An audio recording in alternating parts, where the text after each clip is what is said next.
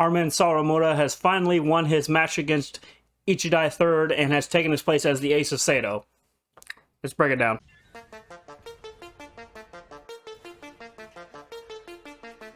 Hey everyone, Bruce, Dusseldorf Anime. Laundry Room Bruce, real laundry today. Monkey D. Gucci, world's #1 striker, you know what it is. Get to see me on my off day threads, off day look. Sorry about the laundry back there, but we're doing chores today, so can't help it. But it's going to be a little bit of a shorter video, but I wanted to get something out about the conclusion of the Ichidai III and Seidou match, chapter 253 of Daiya no Ace, Act 2. I wanted to get something out and talk about it, but I've been a little bit tired this week, so it's not going to be as long as a video, but bear with me on that. So this chapter, we end it with kind of or I guess the end of it sees the conclusion of the match, but a majority of the chapter is seen that Sawamura is facing off against Hoshida-san, the cleanup of Ichidai III, kind of that conclusion of the match. And I think this match tells us a lot about the state of Seidou and what's going on, and kind of Sawamura's place now and Seidou's place now. So, you know, he's battling against him. Like I said, guys, this is going to be a shorter video, but he's battling against Hoshida-san, and he's getting fouls, and there's a ball. So the count's rising on equal sides. And we see the reaction of everyone on the field, and I think Aso's is the kind of most telling. We see his face kind of, you know, it's just like, not disinterested, but he doesn't feel like anything's coming his way this match. And we saw that when he exchanged with Yuki, right? You know, Yuki was like, thanks for your hard work, and, you know, and Aso was like, if I even get anything. And that's just really his belief in this match, in his place in this match, is that Sawamura's been so great this match, and he's not really going to see any pop flies or long balls, so he's kind of standing there. That really shows the faith that Aso has, and I think we really see the faith in the ace that Seidou has this match. I think it kind of could.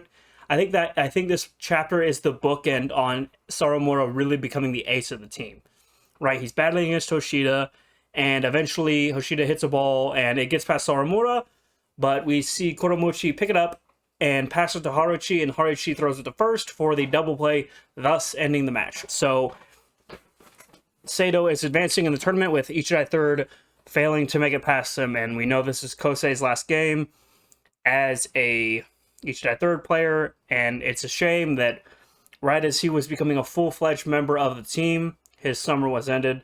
You know, we saw him cheering, we saw him rooting for his teammates, we saw him preparing in the bullpen as the match was going on because he believed that Hoshida would continue the match. He believed his teammates would continue the match, but unfortunately, it didn't go his way this time.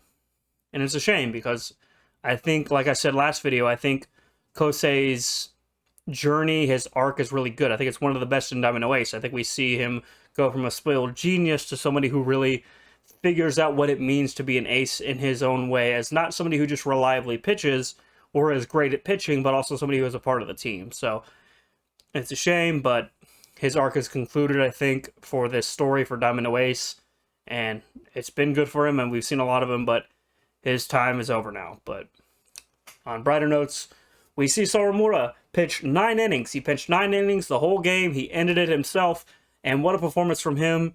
We've seen the birth of the Ubermensch, the Superman. That is his epitaph, that is his logo, that is his brand. He's not a monster, a trickster, a king, or a genius. He is the Superman of Tokyo. So now we have 5 Tokyo pitchers to think about and to worry about, with one of them being defeated in this match even. So I think it's interesting that this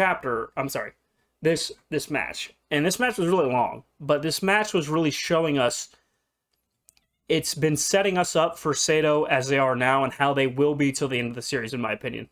I don't think there's going to be an Act 3. I think this was, the whole point of this was to, like, spread out, show us Seidou, their offense, their pitching, their outfield, their infield, their mentality, and how they are under pressure. I think we've seen how the first years, second years, and third years all react. We've seen how the pitching is. We've seen the offense step up. We've seen the infield lock and step want to step up for Sawamura. We've seen the reserve pitchers like Kawakami and Fourier Satoru step up in the bullpen and show that they are lock and step and want to win as well. everyone wants to win and they're ready to do whatever it takes and really do whatever it takes, even that means sacrificing themselves to win. So I think Seidou is now lock in step with each other. I think they're all a cohesive unit, and we're just going to see match after match after match after match until I really think this series ends with the culmination of them winning Koshin. But I am getting ahead of myself. Is there anywhere for Sawamura to go this chapter? I'm sorry, Sawamura to go this series, or from now on, what will his growth be like? Because now we see him stepping up as an ace and someone who is trusted and someone who has a name, a nickname that does carry weight. And especially in sports manga, you got to have like an epitaph for some of your main characters. So where does he go? Now, I think personally, we're going to see him become more dominant. I think his pitching count is going to go down, things like that. He's going to become more efficient. And I'm really curious to see how Fourier does, because as we know in the series, when Fourier steps up, so does Sawamura. And when Sawamura steps up, so does Fourier. So me as a Fourier fan, I know not everyone is, I want to see how Fourier steps up and how he does in the next match or the match after, until he gets his time to start and pitch a whole game. Because I think the coach will allow him to pitch a whole game if he's showing good progress or showing a good pitching that day. But in terms of Sawamura's growth, I think he's going to become even more efficient. I think he's going to become more aware of his surroundings. And I think he's going to pitch in a way that his teammates are used in a sense that they're not covering for him. They're almost kind of like Aso. I think he's going to become to the point where like even the infield and outfielders are like kind of bored is a bad word, but it's an apt word. I think they're going to become slightly bored with how they're playing, or at least not bored with how they're playing, bored with how good Sawamura is, because when you experience greatness for a prolonged period, you get bored of it even though it is great. And I think even if Sawamura plays to a point where he's like Narumoto May, where he's just out, they're gonna be like, damn. But the mark of a good team, and this is where it comes up, is their ability to stay focused even when they rely on someone, because even Narumoto May needs his teammates to do well for him, and they need to win as a team. So no matter how great your pitcher is, you need to have a strong team. And this chapter, specifically, and the one before it where Miyuki got a hit, it is the bookend, it is the closing on the old Seidou, the Seidou we've known from start till now. They are ready. They're not arrogant. They are ready to face the nation with their spirit and their drive and their ability. That's how I see it.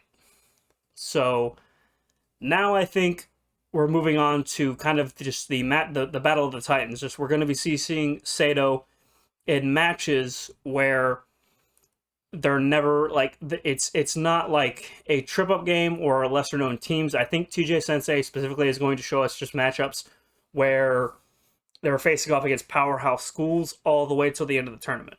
That's just how I see it. But let me know in the comments if you guys would like to see kind of unknown teams come up and trying to get and kind of give Sawamura and Seidou trouble, or if you'd prefer to see them against names we've seen before, like obviously Inashiro, some of the teams from Seiko, like teams we've seen them face before that they might have had trouble with, or we were shown at the beginning of Act 2 to be powerhouse schools. I know that sounds confusing, but if you remember back to the beginning of Part 2, we saw a lot of powerhouse schools across the nation introduced and kind of their star players introduced. So I'm curious what's going to happen with TJ Sensei, but I trust in his hands. This match has been really good, and it had a good conclusion, and I'm happy with it. So I trust in him to kind of fill out the rest of the series. Now, do you think, I want to hear your opinion in the comments, do you think that we're going to see a Act 3? I personally don't think so. I think we're in the home stretch now. Baseball pun. I think we're in the final countdown of the series. I think TJ Sensei is sensing that it's time to end it, and he's gonna enjoy the experience. And I think it's gonna be drawn out. Think about how long this match was. I started this channel and started reviewing these chapters really before the match. I'm sorry, after the match started. So like it's been long, and Diamond No Ace is a slow burning manga, so TJ says he's not going to have like 2 matches and then they won nationals. It's going to be a second. But I think once he finishes this tournament with Seidou winning, I think it's over. That's my prediction. I think it's over. Sawamura will be the ace. Fourier will be the co-ace or the second in command or things like that. But I think we'll end the series with kind of the last chapter will be kind of, you know, Sawamura and Fourier and Haruchi and all them going into their third year, kind of setting the Kuza captain, vice captain, ace, yada, yada, yada, catcher, blah, blah, blah. And that'll be it. But that is getting ahead of myself. I kind of want to know what you think about where the series is going, and what do you think will happen now that we're in the full swing of things in terms of nationals, in terms of, well, we're not nationals yet, but we're in the full swing of things as this is the tournament. This is the tournament. This is do or die. So how do you feel like it's going to go? Did you enjoy this match? Let me know in the comments if you enjoyed this match as well. I'm asking you guys a lot to do, but let me know in the comments. I want to hear your thoughts on this chapter specifically, because we had a battle and then it ended, and now we had the ending panel of Sawamura celebrating as the ace of the team. So I'm curious how you felt about the chapter. But like I said, this is going to be a shorter video. I appreciate you guys sticking around. Like the video if you enjoyed it. Subscribe to the channel. It helps a lot.